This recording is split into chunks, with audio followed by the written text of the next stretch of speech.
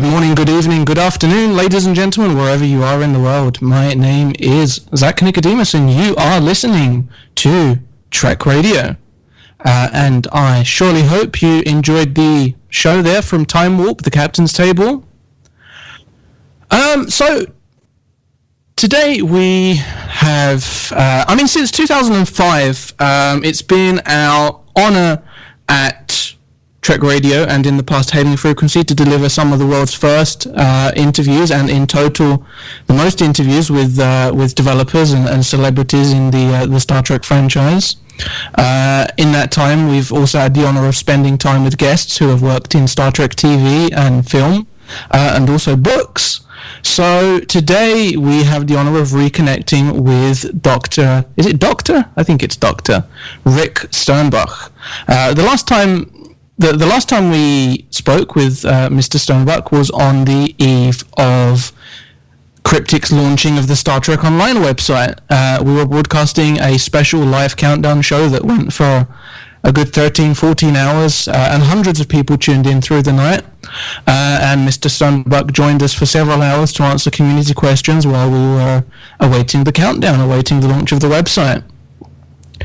So, joining us today for the interview, along with Mr. Sternbach, we have Kaneas, who is illustrator and designer, also the creator of Star Trek Online parody cartoon series Stoned, and he's been involved with Hailing Frequency since 2005. He has done design work for the Venetian Princess, YouTube's most subscribed female. The interview is being conducted over Skype by Kaneas, and it's going to run approximately an hour and a half, hour and 40 minutes. During the show, references are going to be made, and URL links to Rick Sternbach's art and other content is going to be posted in our IRC chat room, which you can get into via our website, StarTrekRadio.com. Hover over community and enter the chat room. So please log into the chat room in order to complete the interview experience. We also kindly ask that listeners refrain from making URL link posts during this interview. There will be a listener Q&A towards the end of the show, so if you would like to hold your questions until then, we will take them at that time. Should a question or comment come to mind during the interview, please do not hesitate to interact with us and Rick Sternbach through our chat room, which again can be found through our website. Our Skype account is hailing.frequency. So with that, we're going to play a song while you stand by for your exclusive Trek Radio interview with Rick Sternbach. We'll be starting in just a few minutes, folks, so stand by. I'm going to begin today by learning the tricks of a rather special trade, that of two of America's most fabulous music makers. Now this couple, they are man and wife, started making records 3 years ago, and since then they have sold 15 million records. If you started playing their records, after Omnibus of course, if you started and played them one right after another, you'd be lucky to come through in August 2020. You'd be lucky and you'd be mighty healthy. This is their music. In the good old summertime, in the good old summertime. Now, if the sales figures are on the level, I think there's no question that 2 out of 3 of you at least know that this is the music of Les Paul and Mary Ford. Here they are. Mary? Thank you. Hello. Good to see you. Les? Thank you, Al. There is a widespread belief that they use this electronic machine that is about as simple as a cyclotron. And we have a model here just to show you what this popular conception is of their music. This, for instance, here, that cuts off the 600 ohm line. This is frequency control here, and this high and low pass filter. And you have to have a tweeter and woofer speaker to hear it played back. And if you got a cinema futzer, of course, you can raise and lower each end and do anything you want with it. Well, let's see what comes out. Well, it's just about ready here.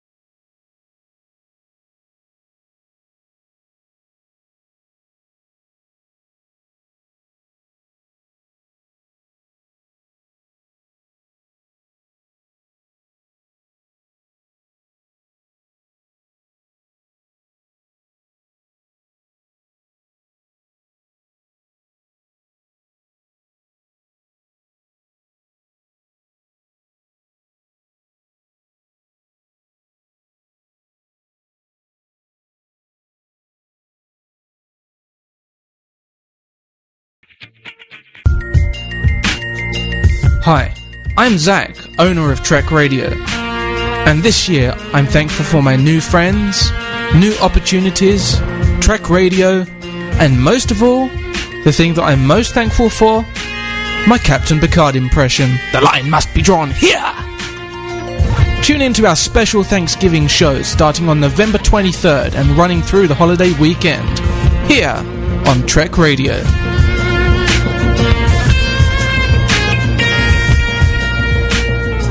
Alright, welcome back, and if all is going well, you're hearing me, and this is a Star Trek Radio interview with Rick Sternbach. This is Kineas. To set the mood, that was a clip from a television show called Omnibus, featuring the legendary Les Paul and Mary Ford singing How High the Moon. How High the Moon was a #1 hit in 1951, the year Rick Michael Sternbach was born in Bridgeport, Connecticut, and then moved to Stanford. Thank you for joining us on this on This Is Your Life, Rick Sternbach. Hey, great to be here. Did you ever watch This Is Your Life when you were a kid? I saw maybe 1 or 2 episodes, sure. Okay. So did you ever dream of being on This Is Your Life when you were a kid? No. No? All right. Rick, the first time I saw one of your presentations at the San Diego Comic-Con, you opened your slideshow with images from your childhood. I'd like to start this journey in 1951 and work towards 1966 to start. How old were you when you started producing that early work in your portfolio? And what was your childhood like growing up in Stamford, Connecticut between 1951 and 1966? Typical kid in a New England state. Had a fine time growing up. My dad was an architect. My mom was a registered nurse. My dad started me doodling at like the age of 2.5. So, the pencil was a very familiar object to me, I don't know where the science and the space stuff came in, but it must have been, in the mid '50s when I got to see lots of science fiction films on TV. All in black and white. I had no idea that some of them were actually in color. What were your favorite TV shows as a kid? Favorite TV shows that I can remember? Let me think here. Actually, a lot of cartoons like Rough and Ready. A lot of the Hanna-Barbera stuff. I latched on to... I guess some of it I latched onto the Walt Disney Man in Space films. Nice. They were being shown on television. This was I tell people this was before we had anything in space. Yes. Okay? A lot of rockets were being shot vertically, but nothing had made it into orbit until I was 6 years old. Sure. So all of the wonderful visions of space travel, were all artist conceptions until it actually happened. What were you like in school as a kid? Were you a straight A student? Did you get bad grades? Or were you a straight A student? Pretty average. Yeah. 4 eyes or a jock? Yeah.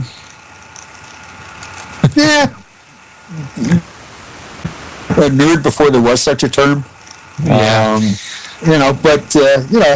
We all went out for PE or phys ed or gym or whatever they called it back then. I was pretty good at soccer. All right, 1950s question. Did you play marbles? A grand total of once. Okay. Speaking of the 1950s, Rick, was it really like what's depicted in movies like Back to the Future and TV shows like Ozzie and Harriet, Father Knows Best, Leave It to Beaver? Were the 1950s idyllic? in my neck of the woods, it was pretty close.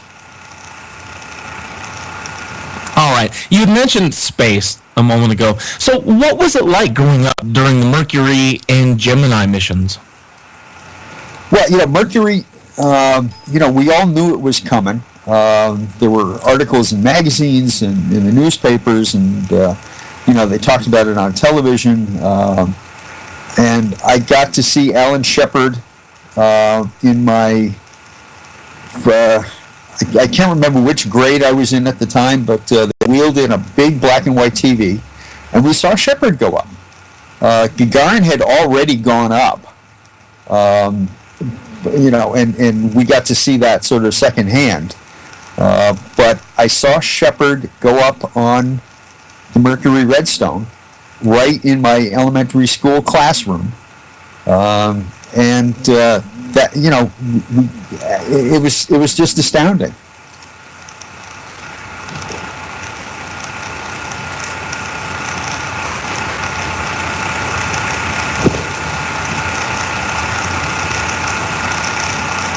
Sorry, I had my microphone muted. Sorry about that. Rick, do you feel as a child in the space race years that's what's inspired you most of all? You said earlier you're not really sure where the love for designing space art came from, but do you believe that maybe that had something to do with it growing up at that particular time during the Mercury and Gemini missions?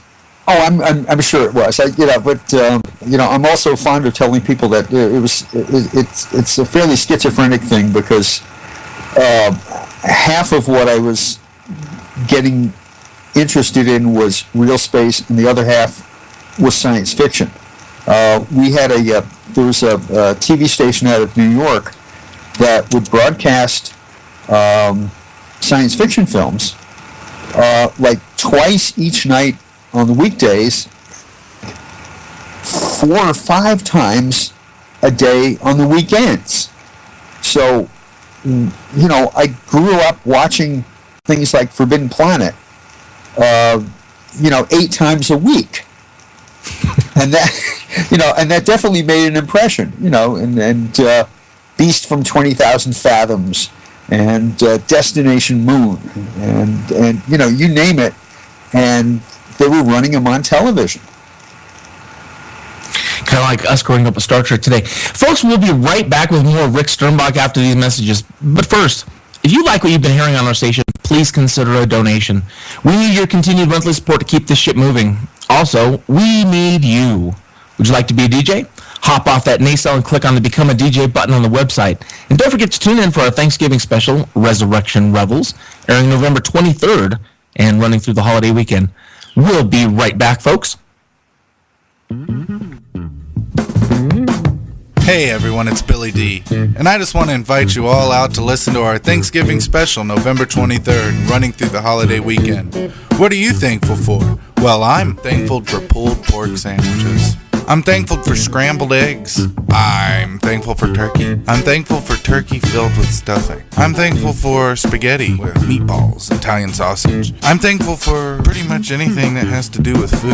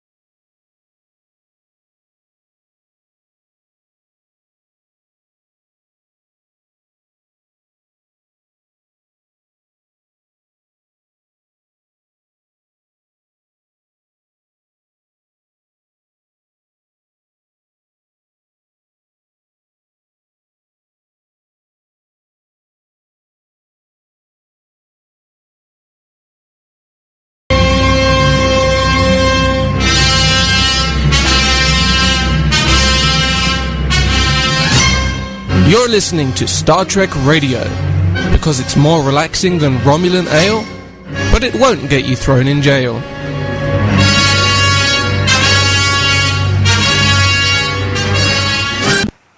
All right, welcome back to our interview with Rick Sternbach, senior illustrator. I'm Kineas, and that was the song In the Year 2525 by Zager and Evans. If records are correct, that was one of the number one hits in the year 1969, and that's exactly where we're at this interview with Rick Sternbach. Rick Sternbach, it's July 16th, 1969, your first year of college. The Apollo 1 tragedy is well behind, and today, Apollo 11 is launching.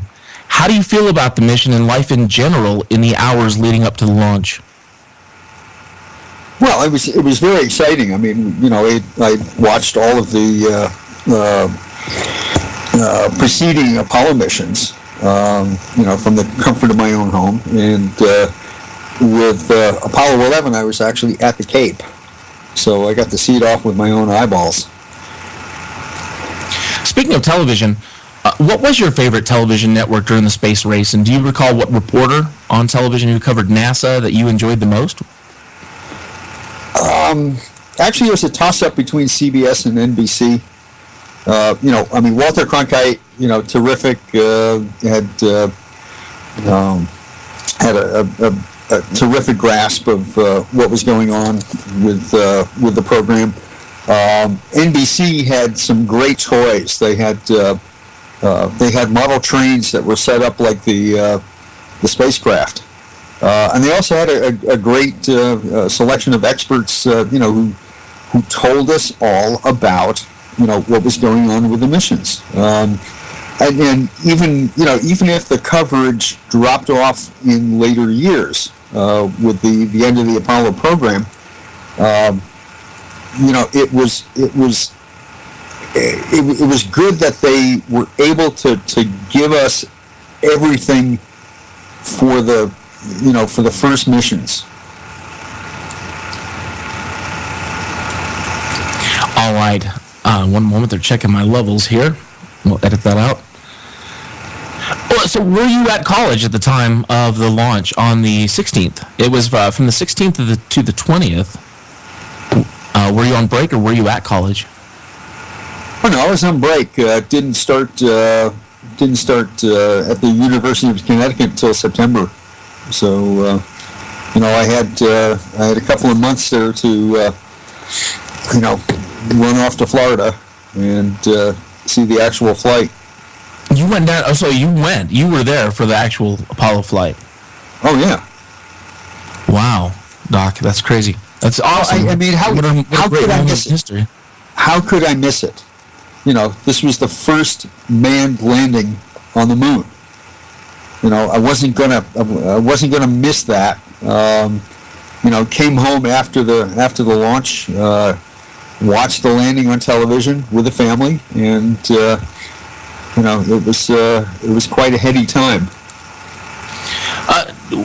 At the moment, Doc, we're still not too far removed from the Apollo 1 disaster when Gus Grissom, Ed White, and Roger Chaffee perished in the Apollo 1 command module. Was that on everybody's mind? The 16th was there terrible worry and nervousness amongst everybody? I can imagine.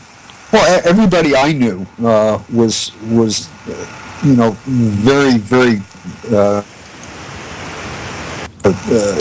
sad about the whole affair.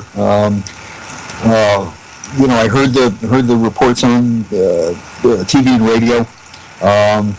I just coincidentally that night was we had a meeting of our local chapter of the National Association of Rocketry, and we all just shuffled in, and that's all we could talk about.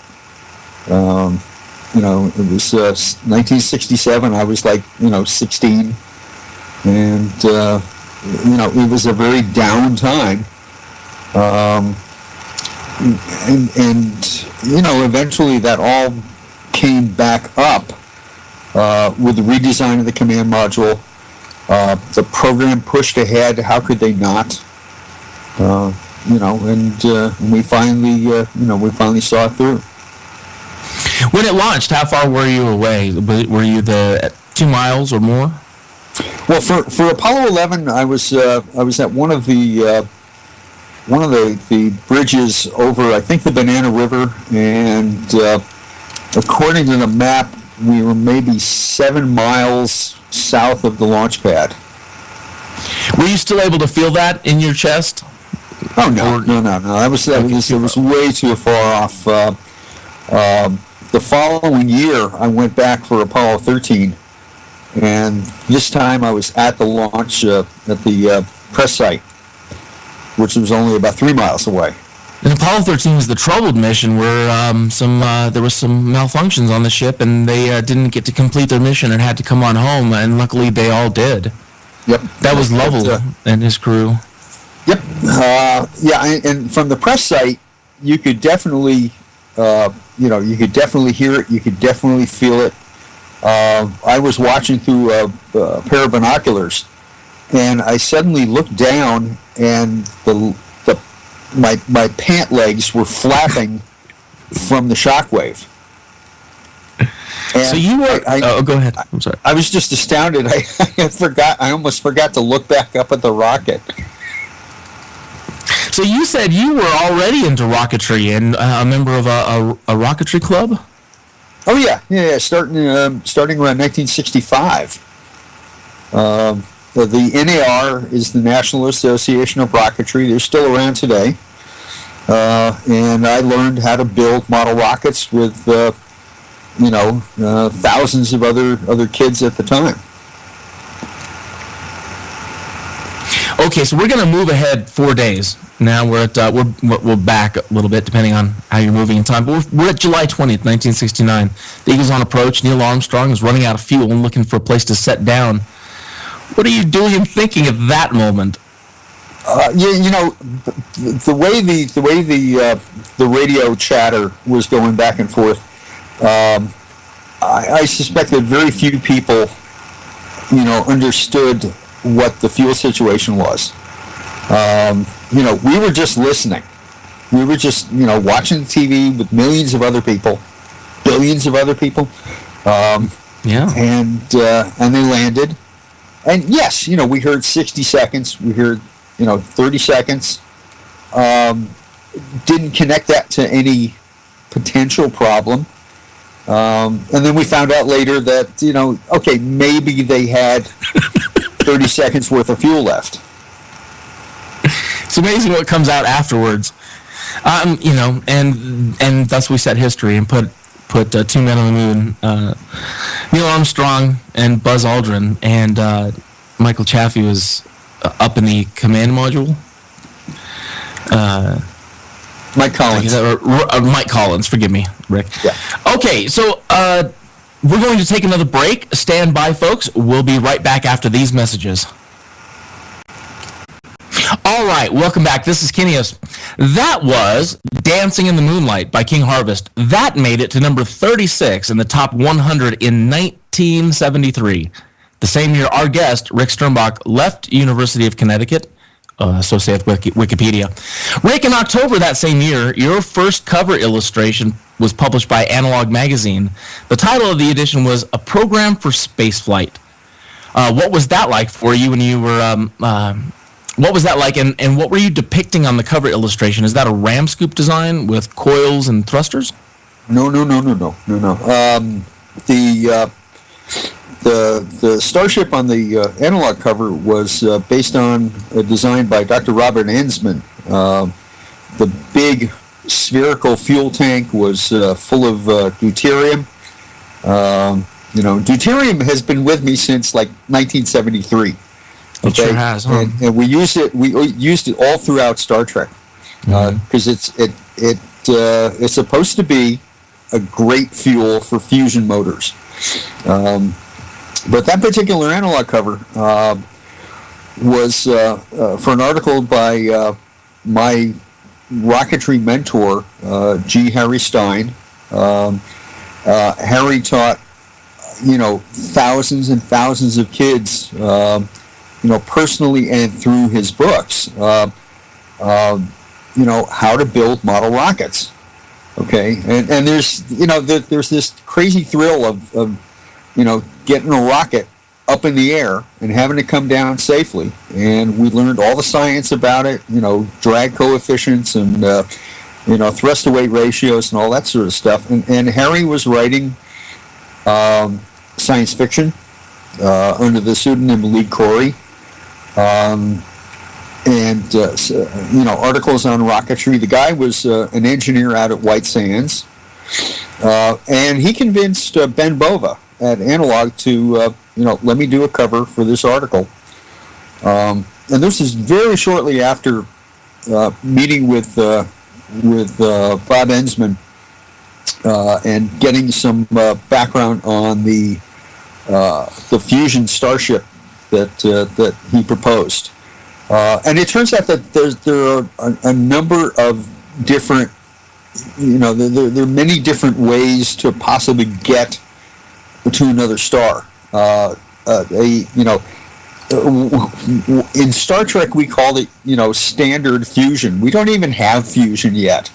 But the fusion starship would use lasers or electron beams to, compress deuterium, get more energy out than you put in, and possibly use it for a star drive. So that was, that was the first professional, cover painting. So was that a big deal for you at the time as a young illustrator? That was a big deal. Of course, it was a big deal. That was the premier science fiction magazine at the time, wasn't it? Still pretty much is. The funny thing was, I was at the time I did the cover, I was doing some part-time work for some credit corporation back in Connecticut, and I took the cover proof into my boss and I said, "This is what I really do," and I left. That was it. And that was it. And the other cool thing about doing a cover for Analog was I could immediately turn that around to some of the other magazines and and get work. And they looked at that and they said, "You got a cover for Analog?" "Yeah, sure. Okay, yeah, here, we'll give you some work."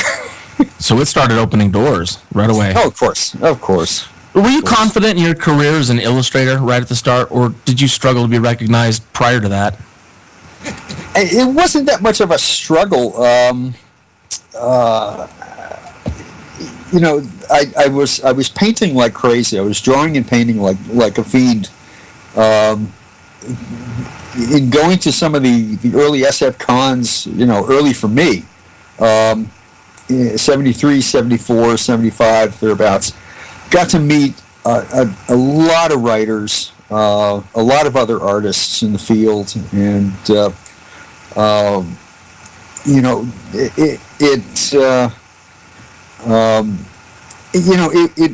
it happened rather quickly, and there was a lot of work. Each cover was its own challenge, but it was a lot of fun. Moved from magazines into paperbacks because a lot of the same authors were doing both.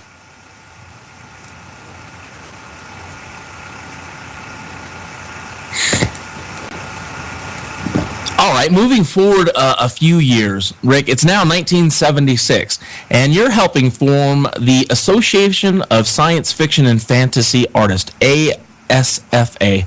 Why? Why? Yeah. Well, a lot of us got together at various conventions, and we had a major meeting at the Mid-Americon in Kansas City in 76. Partially just to get to know each other, and partly to to help, I won't say unionize, but it helped solidify our what's the word I'm looking for? Our resolve that publishers, treat us fairly. There were some incidents where artwork was being lost, rights were being trampled on, things like that. And forming an organization like that, I think helped each individual artist. Where we would share stories, share ideas, and try to improve the conditions in the industry. The manifesto says something to the effect that wherever great explorers have gone, artists have gone with them, and artists have helped them, and that it was a continuing the fine tradition of exploration and art. Oh, undoubtedly, of course. And as I like to tell people, every major scientific or space accomplishment started with art. There's the old joke, hey, what do I have to do? Draw you a picture?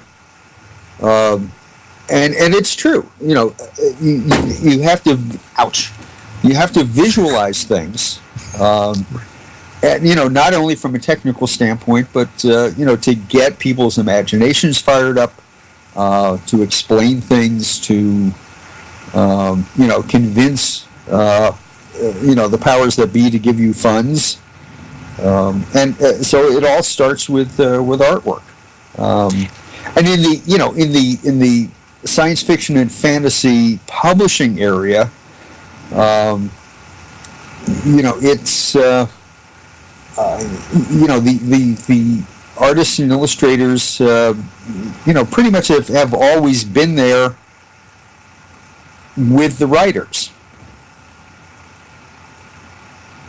That's fantastic. The Association of Science Fiction and Fantasy Artists, that is still operating today?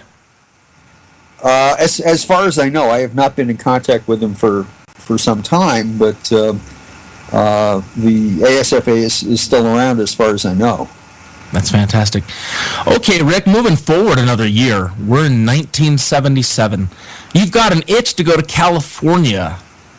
What was your big inspiration or motivation at the time to move to California? Well, the itch was actually at that same convention in '76.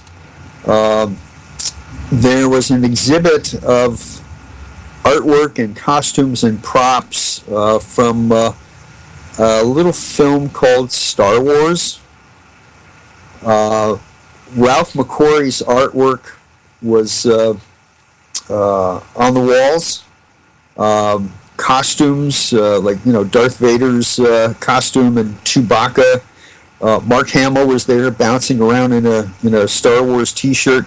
Nobody had any clue about who he was or what any of this film work was, but we got a preview of it at the convention, and I looked at McQuarrie's art and I said, "Oh my God, this guy was with Boeing as an illustrator," and it hit me like a brick.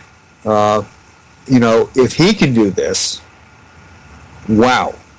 Did you know him? No, I got to know him later. I got to meet him here in California a number of years afterward. But I discovered that he had done animation art for CBS for their moon landing coverage. Wow, I didn't know that. Ralph went back a ways, and just seeing the art that he had done.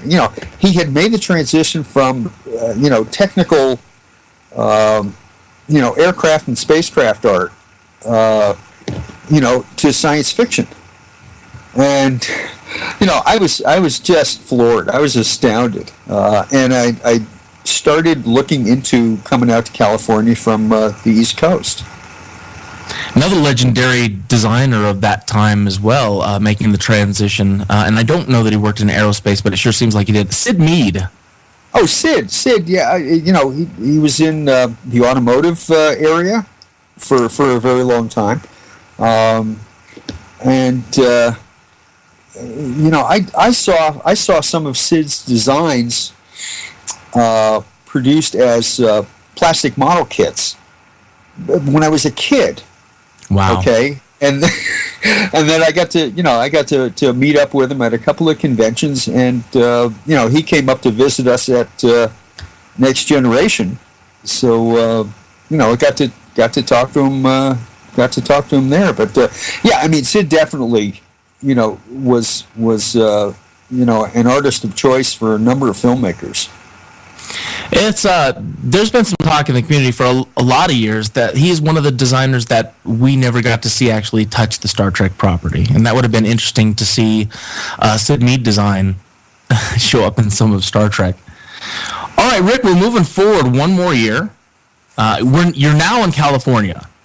You've just started working as an assistant art director and visual effects artist on Carl Sagan's Cosmos, a series which you'll work on until 1981. What was it like in your first year of Cosmos, and did you work directly with Carl Sagan? Well, guess what? Before, actually, Cosmos came in two parts. Okay, I had done some initial sketches back on the East Coast when the production people were in Philadelphia. And while they were developing Cosmos, I was at Disney for the Black Hole for about 3 months. Crazy production that got shut down.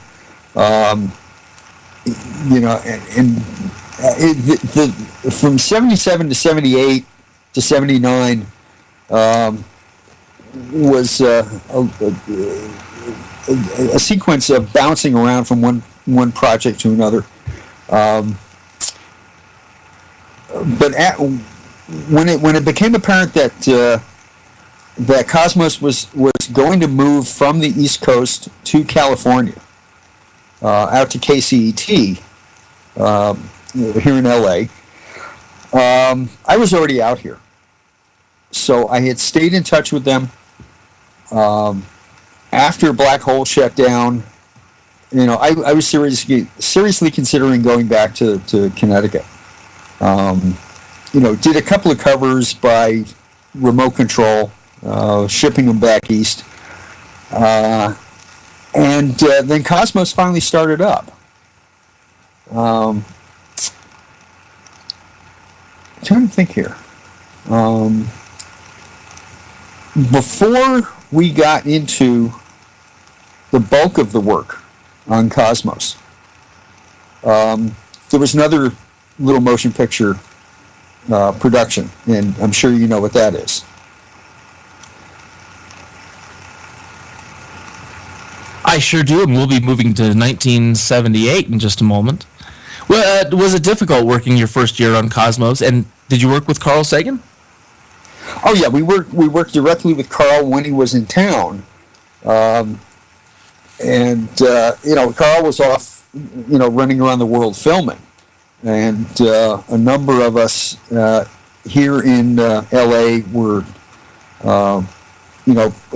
preparing all the visual effects, planetary models, animation cells, working with animation. Filming companies and talking with a number of scientists, and we created the entire universe in 2.5 years, which was a bit of a shortcut. Were you aware of his credentials, who he was before? I mean, did you grow up knowing who Carl Sagan was? Of course. Okay. Of course. In 1972. A number of scientists and writers and artists were on a cruise, ocean cruise to go see Apollo 17 take off. And the following year, there was another cruise to go see Comet Kohoutek. So in 72 and 73, I got to know Carl quite well. It wasn't until, KCET started up the actual production on Cosmos, that we worked with Carl directly,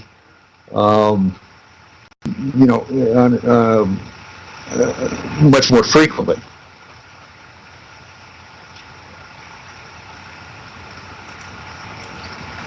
Okay, so let's see here. In that same year that you're working on Cosmos, you won your first Hugo Award for Best Professional Artist. You'll go on to win another one in 1978, but how did it feel winning the first Hugo?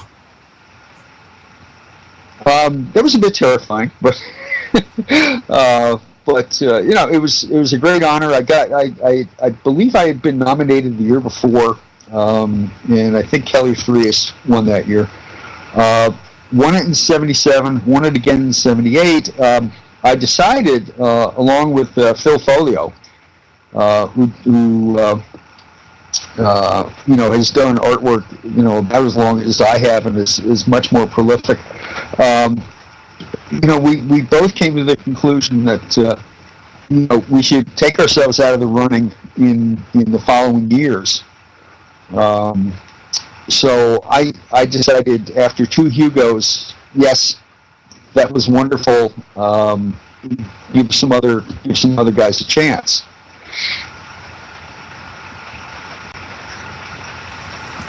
All right, thank you, Rick. Folks, time for another short break. This is Kineas, and you're listening to an interview with Rick Sternbach. Stick around, because after the break, we're going to start moving into Rick Sternbach, the Star Trek years. So stick around. Welcome back, folks. This is Kineas. Hearing Rod Stewart singing "Do You Think I'm Sexy" means we're in 1978 in the disco era with our guest, senior illustrator and designer and owner of Space Model Systems, Rick Sternbach, who is about to have a date with history. If the timeline's correct, Rick, in 1978, you're still working on Cosmos when you're offered an illustration job on Star Trek The Motion Picture to design control panel layouts and signage for the Starship sets, as well as helping to create the animated asteroid wormhole sequence. What in the world brought Rick Sternbach and Star Trek together, and what were your initial thoughts? Well, back in 74, I had met up with Gene Roddenberry at a college showing of The Cage. I was very lucky to be able to arrange to meet with him after the screening, and we sat in his hotel room for a couple of hours, talking about space and science fiction and the future. I kept in touch with with his office over the years. Had been able to meet up with Joe Jennings, who was the production designer on Star Trek, Phase 2, when Phase 2 was the second 5-year mission of the Enterprise. And this was during a scouting trip that I had made from Connecticut. Met up with Joe Jennings, met up with Mike Miner, and they were still working on the second part of Star Trek as a TV series. And this was like late in 1977 where I met up with these guys. John Cartwright, who was the lead set designer, father of Veronica and Angela. And Jennings said, we don't have anything right now. So I waited. And then suddenly here was news about Star Trek, the motion picture. And they had gone from preparing this for a TV series to a full-blown motion picture. Well, I get a phone call, and it's Joe Jennings, and Joe says, they're announcing the feature in the morning, you want to come in? Okay, well, that shows me instantly the value of having left a portfolio and a business card.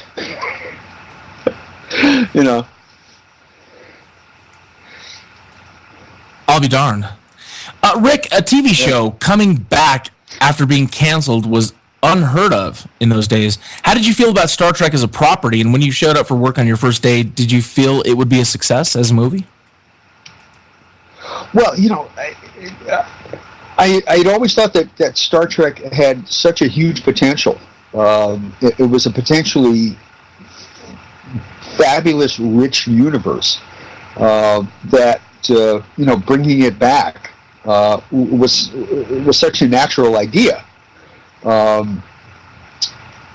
Starting work with the feature art department, we were all sort of finding our way while they were finishing the script. Okay, we didn't have an ending yet, so we knew certain things had to be designed. Lee Cole, who had she had come over from Rockwell, the guys who built the B-1 bomber, and Lee had done most of the control panel art already for the TV show. I came in and launched into additional panels for some more sets. We all did a little bit of everything in the art department. Okay, I was not a set designer, so I didn't do any of the blueprinting stuff, but we did conceptual sketches. We were working with a lot of the same concepts that Bob Abel's Effect Shop were working on, and in a sense, we were also competing with them to try to get certain things designed and fabricated at the studio. Harold Michelson took over as production designer. It was a wonderful time because a lot of this new material had never been seen before. It was a taste of the sort of redesign that we went through on Next Gen. So I consider the motion picture a sort of practice for the beginning of Next Generation. New props, new settings that had to be visualized. Working with Mike Miner was fabulous. Mike was a sort of a kindred spirit in terms of the love of science fiction. Harold Michelson taught me the art of projection, three-dimensional projection from two-dimensional drawings. This was back before we had PCs, before we had CGI.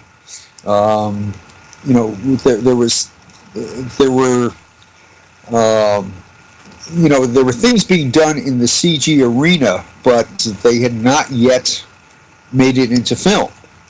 The horsepower for the computers just wasn't there yet. Right, so everything's still being done by hand. For the most part, we had some of the film loops that you see on the Enterprise bridge. A lot of the background film loops came from places like the Ames Research Center or Langley or Jet Propulsion Lab, because they had some of the horsepower, and we took some of their generic-looking, techie-looking film footage and adapted that for the motion picture. So it was a great time. We got to invent things. We got to show people things that had never been done before. Speaking of, what was your greatest triumph, achievement, or best moment in working on Star Trek: The Motion Picture? I would have to say helping out with the color scheme for the bridge. No, I mean there was so much going on. I can't really focus on any one, super duper thing that I had done. But Harold Michelson asked me. Harold asked me to think of some things to do with the bridge color scheme, and I thought, okay, let's do 3 different shades of the sort of tan color that they had picked for the general color of the bridge, and I started thinking about contrasting shades for the control panel inserts, for some of the wall breakups and things like that. So Harold didn't know me from the stranger on the street, but he actually asked me to contribute stuff that I was very surprised about, and I think it worked out rather well. All right, Rick, if we're also defined as people by our failures, what was your worst failure working on Star Trek the Motion Picture? Yeah.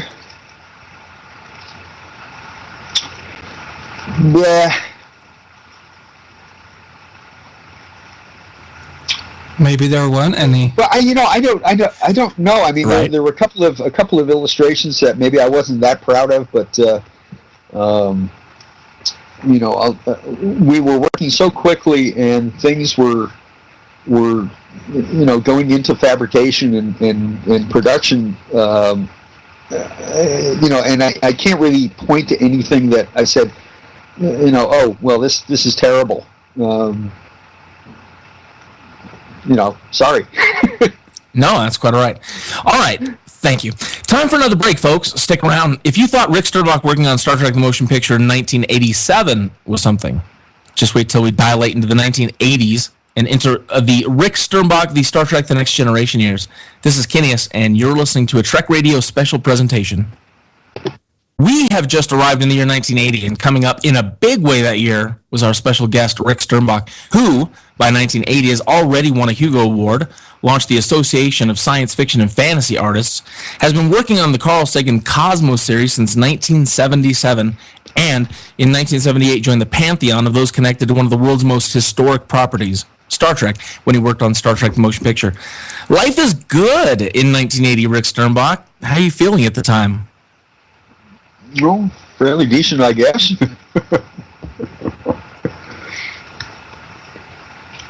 That's it. A big year for you. Yeah. How did you feel about 1980 in general? Well, it was, gosh. Yeah, sorry, I'm chomping on a M&M here. No, I mean, that period was, full of, good work. Trying to figure out, what to do next. After the motion picture and after Cosmos finished up. In 1980, you helped produce your first Star Trek book with Stan and Fred Goldstein, Star Trek Chronology. Was that well received? I was the illustrator on that, and I suppose it was well received. It was a big glossy production. It ended up being a lot more work than I imagined. Additional ink drawings were added beyond what I thought I could produce. It was okay. It's a very non-canon sort of book. It presented a lot of possible historical ideas and events.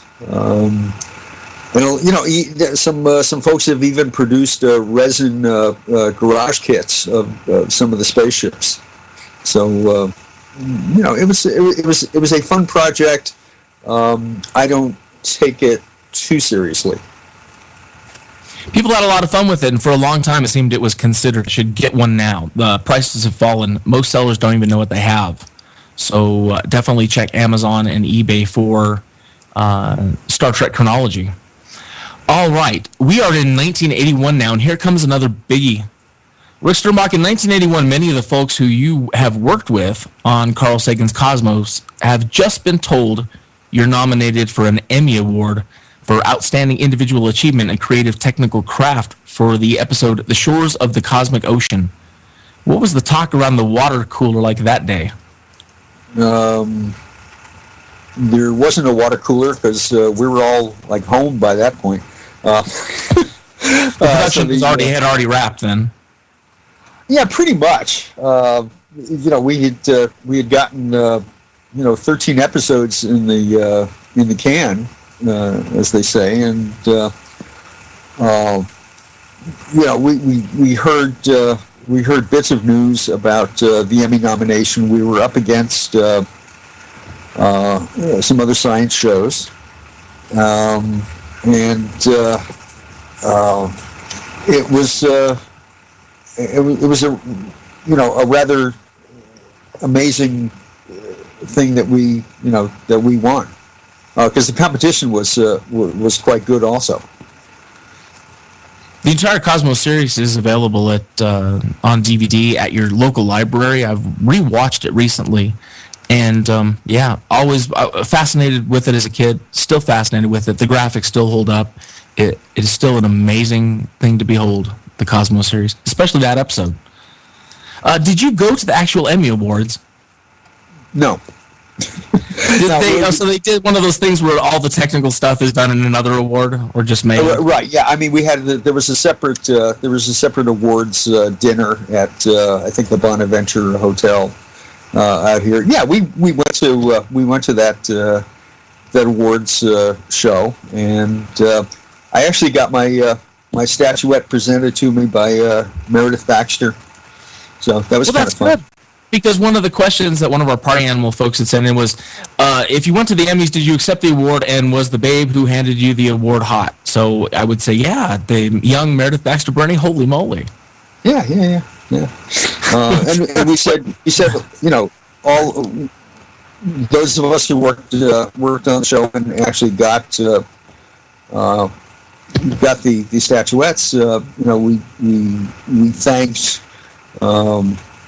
Carl and the production team and KCET profusely, and it was a time when I think science science meant something in the media. Serious science / entertainment. I can't say the same about today's shows, but it was a good time. Some folks wanted to know, the party animal folks again, was there good food at the Emmy party, and were the parties good? Parties? What parties? No, Rick Sternbach doesn't party? No, we all kind of wandered home. I seem to recall, though, that you actually partied at San Diego Comic-Con. I think I've seen you party at least once. Okay, you're not crazy dancing off the ceiling, dancing on bars, but, I've seen you out at parties, Doc. Okay.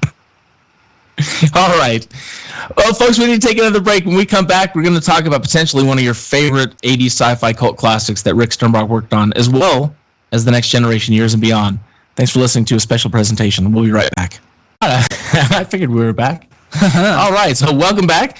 Thank you, Zach. This is Kenny, and that was music from the movie The Last Starfighter. The Last Starfighter is a 1984 science fiction adventure film that tells the story of Alex, an average teenage boy recruited by an alien defense force to fight in an intergalactic war. In addition to Disney's Tron, The Last Starfighter has the distinction of being one of cinema's earliest films to use extensive CGI to depict its many starships, environments, and battle scenes. This CGI technique, for the time, was a great leap into the future compared to contemporary films such as the previous year's Return of the Jedi, which still used static physical models shot by moving film cameras. Our special guest is Rick Sternbach. And Rick, if we go backwards in time by a year to 1983, you're hard at work on this cult classic film. Fond or frustrating memories? Oh no, this Starfighter was fabulous. It was a great teaching experience. Getting into digitizing, getting into doing drawings for digitizing. It's a totally different set of skills that you have to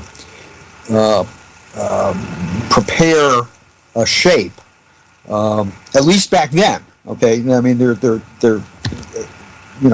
better ways to do it now, but back then there were some very specific techniques used for putting blueprint drawings into the computer. Got to work with Ron Cobb, fabulous artist, another kindred spirit, as it were, in science fiction. It was just a ton of fun. Wiki says that you were using Craze. Were those the systems that you were personally working on, or was that a different department? Well, no, the Cray computer, it was one of the first big supercomputers. I can't say that I personally, used the Cray. That was something that the computer geniuses, the programmers, and technical directors were working with. I was more into the pen and pencil part of it, getting things ready for input. But I learned how to use a digitizing puck and a giant digitizing board to get the drawings in. Okay, like I say, today it's a whole different game to try to to build a model in 3D. In a lot of cases, today you don't even need drawings. You can just start sculpting in 3 dimensions.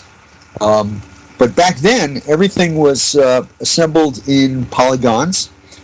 The tools were slowly being developed for both shape input and color rendering. And digital productions, where I was, digital had switched Craze in midstream. So instead of a frame of film taking 4 hours, they cut it down to like 20 minutes. And it's been pretty much increasing ever since. Oh, okay. Come on, you can produce CGI effects on your laptop now. Yes, it's amazing. Absolutely amazing. So movies are in your blood at this time, and around that time you also worked on the famous director Steven Soderbergh's Solaris. What was that like? Well, Solaris came, Solaris was in 2002. Okay, so you're jumping way ahead. Just a little. Well, that is something that we can try to fix on Wiki. They're saying it was around January 1980. Oh, no. Yes, I must have my dates wrong. Yes, you must. I must. That's typical. I think all right. So when he worked on a movie. Yeah, absolutely. Okay, so we're going to jump ahead then. We're going to move forward in time a little bit. We're finally at January 1987, Rick Sternbach, and the myth goes you were driving in your car when you heard... Wait. I also worked on Halloween 2. Does that count? Did you really? Yeah. That's spooky. Yeah, What did you do for Halloween 2? Storyboarding and set sketches. But the highlight of that was Jamie Lee Curtis sitting in my lap. Oh my goodness! For about 30 seconds. She sure was. Jamie Lee Curtis was the big deal. She had a funny idea for a poster, and she said, "You're an artist, right? Here, I've got this idea." I remember her from Trading Places. Oh yeah. Yeah, funny kid. Amazing. Okay, so we're gonna go ahead and then we're at January 1987, and the myth goes. You're driving in your car when you heard something so interesting on the radio that you had to make a phone call. Of course. What was so important? Paramount Pictures announces Star Trek: The Next Generation. And honest to God, in 20 seconds, I was at a payphone. That's right. No cell phones back then. No car phones. Well, no car phones, but they were blocks. Not for me. Yeah. All right. So what was it like? How did that all come to be? You contacted Roddenberry's office. Well, I made a call to Susan Sackett up at Gene Paramount. Secretary. Right. And I said, Susan, I hear this announcement.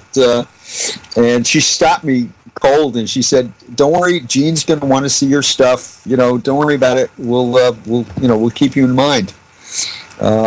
And I believed her. I was very patient, and eventually, I got to meet up with Bob Justman and Dorothy Fontana, who I'd known from before, and Dave Gerald, who I'd known for years, and left a big portfolio for Gene to look at. What was it like working on Star Trek: The Next Generation in the first year? Kind of like Cosmos. What was the first year? Next Generation was rather crazy. Again, we were reinventing things. We were flying by the seat of our pants. Coming up with new designs, presenting them, changing things. Getting scripts to read. It was crazy. For the first, I would say for maybe the first month, it was Andy Probert and myself doing drawings, building a model of a possible bridge. And this was before Herman Zimmerman had been hired on as production designer. So Herman kind of inherited the two of us. We were the art department. How much survived the translation from you and Probert to Zimmerman?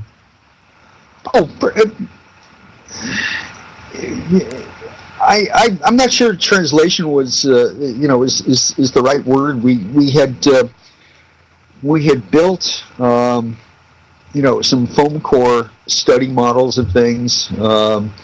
Andy was working primarily on set things and the Enterprise exterior. I dived into parts of the ship, hand props. The story, the pilot episode was going through a number of changes. All of that business with Q was worked in after we started a lot of the design work. So it went from being like a 90-minute pilot to, I think a full 2 hours. Yeah, I believe it was. Yeah, two-parter. Yeah. So we were very busy. It was a lot of pen and ink, a lot of marker color, and we were just designing our brains out. This might be an odd question, but when you want to see your best work in Star Trek: The Next Generation, are there any particular episodes that you put in and say, yeah, that's my favorite episode, or that's my favorite work in this episode? Well, I think episodes and favorite designs are they're kind of two separate things. One of my favorite episodes from Next Gen is yesterday's Enterprise. Good grief! Hold on a second. Hold on just 2 seconds. That's fine. You might have to edit this out. That's one of the pitfalls of doing live radio. You never know when a cell phone is going to go off. Hello? Well, we can take this opportunity to move to our next break, Zach, if you'd like. Not yet. Sure, yeah, I have everything lined up here. Just give me 1 second to put it all together. Dot the T's and cross the... Dot the T's, dot the I's. And... We're coming back. Yes. Oh, no, he's back. All right, we're not going to break. Okay. So, I have a follow-up question in a moment. I'm sorry. Go ahead, Zach. Well, I had wanted to ask Rick, obviously, as somebody that was working day to day on the evolved with the Next Generation. What was this might be a bit of a somber question, but what was the mood like on the set and the production, and how did the productions change once Gene Roddenberry unfortunately passed? How did that change things? I'm not sure that it changed things on the production side, we're all very saddened by the by Gene's death. But after after the memorial service, we rolled up our sleeves again and got back to work. Rick, you were saying that your favorite episode was yesterday's Enterprise? Yeah, I would say yesterday's Enterprise was high up on the list. The Inner Light was certainly a wonderful episode. Some of the episodes, I think it was a two-parter, Chain of Command. I'd have to go back and look at a list, but I would say over 7 years we did a very good stack of very good episodes. And as far as my favorite designs, I would have to say that things like the Vorta class Klingon attack cruiser was certainly one of my favorite designs from that period. Some of the hand weapons, tricorder. We got a chance. I got a chance to work on some pretty iconic designs. Here comes that failure question again. If we're defined as people by our failures as well, did you have any failures on Star Trek? Personal failures or things that didn't live up to your expectation, or worst day ever working on Star Trek: The Next Generation?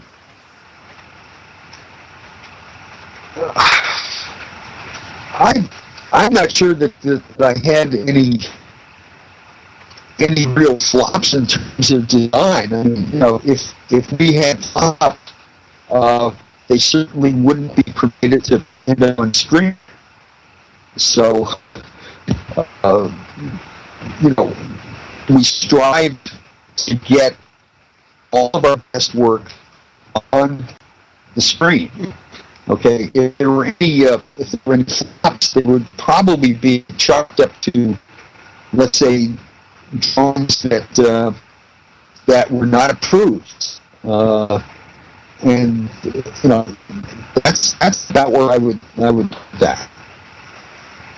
I think we're passing through an ion storm at the moment. We're getting some mild interference on our subspace transceiver, but hopefully folks can still hear us. Without problem, Zach. Hey, let's take this opportunity to take another break, and we're going to come back and finish up the show. And we're going to end up in 1990s. Let us take a break here, and we'll be right back with more from Rick Sternbach. This is Kennius on Star Trek Radio. Okay, so we're back. I'm Kennius, and that's Zach. And though it pains me to say, prior to that song, that was Ice Ice Baby by Vanilla Ice. Ugh. And and out of all the so-called hits from 1990, that stands out as the song that defined such a musically lackluster year. Oh. Things weren't so bad for our guest Rick Sternbach, though. Rick, we're in 1990.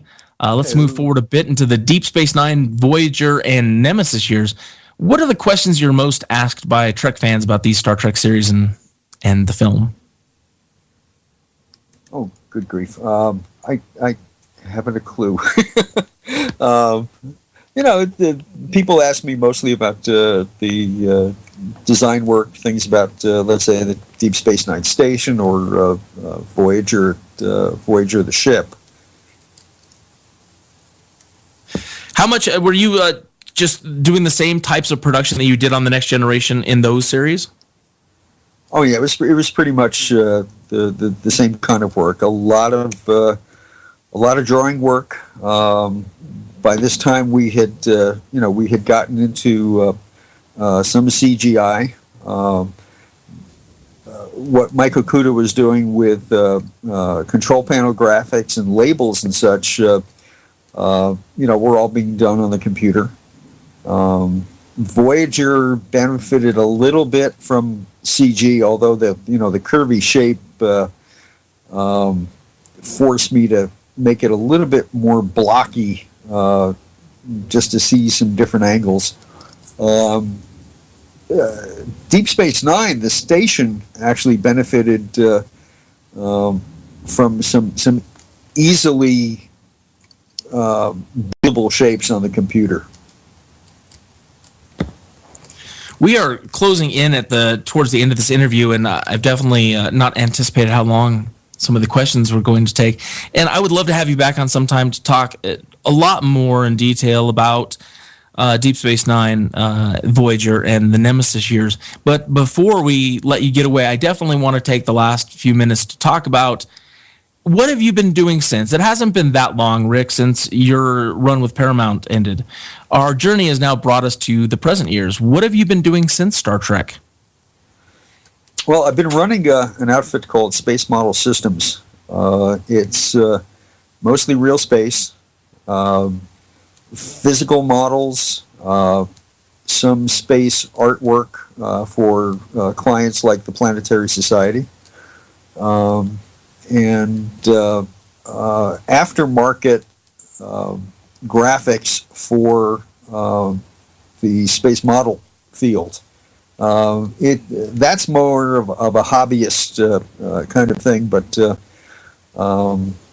it centers on historical models of launch vehicles and spacecraft. So we're going back in history quite a ways. Even making decals for things like the Mercury spacecraft. Okay, that goes back a long way, but there's a lot of fun research to do in there, and besides that real space work, I am back working on a publication project for a Trek licensee. Can't tell you much about it, but it's going to be amazingly cool. Well, knowing that you're involved, I guess I'm still hoping for that next great big technical manual, and I'll keep my fingers crossed. Whether that's the project or not, I don't know, but that's kind of what I'm hoping for. No, it's not going to be a manual. It's not going to be a manual, but it is going to be. It's going to be a lot of techie stuff, a lot of graphics. It's not just me that's involved, but I'm doing my part. That's fantastic. Yep. A user comment, Rachel J88 says, I loved the Voyager design. So she's referring to the very good, thank you. All right. So you're also doing the website, Space Model System says you're really into the paints. You're an expert on the paints, and they keep referring to the paints. The paints on the spacecraft? Well, the graphics. The graphics that went on the vehicles. It's a whole archaeological dig to try to find out which fonts were used, variations on the fonts, the colors. It's a lot of work. A lot of the people who worked on the things like the Apollo program. We don't have their expertise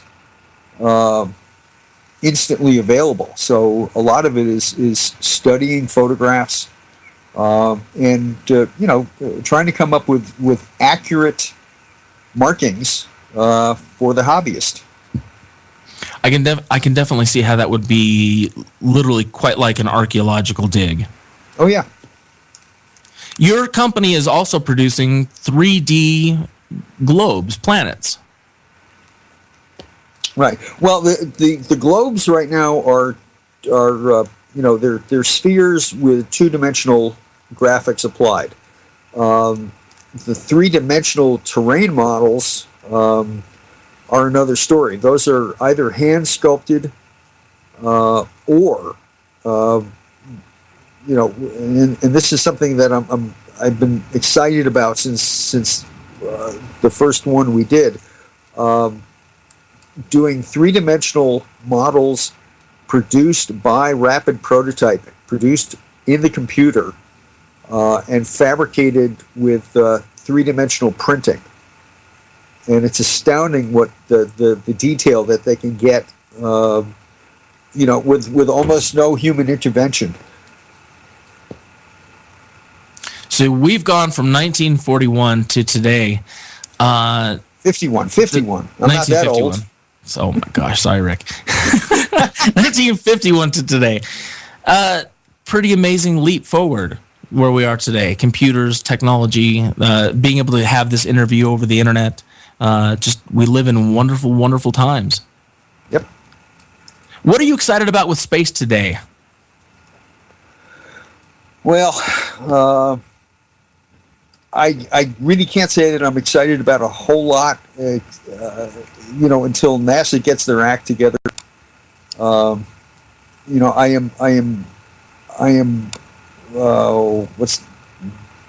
searching for terms here. Cautiously optimistic that the space station will continue operating, will continue to grow.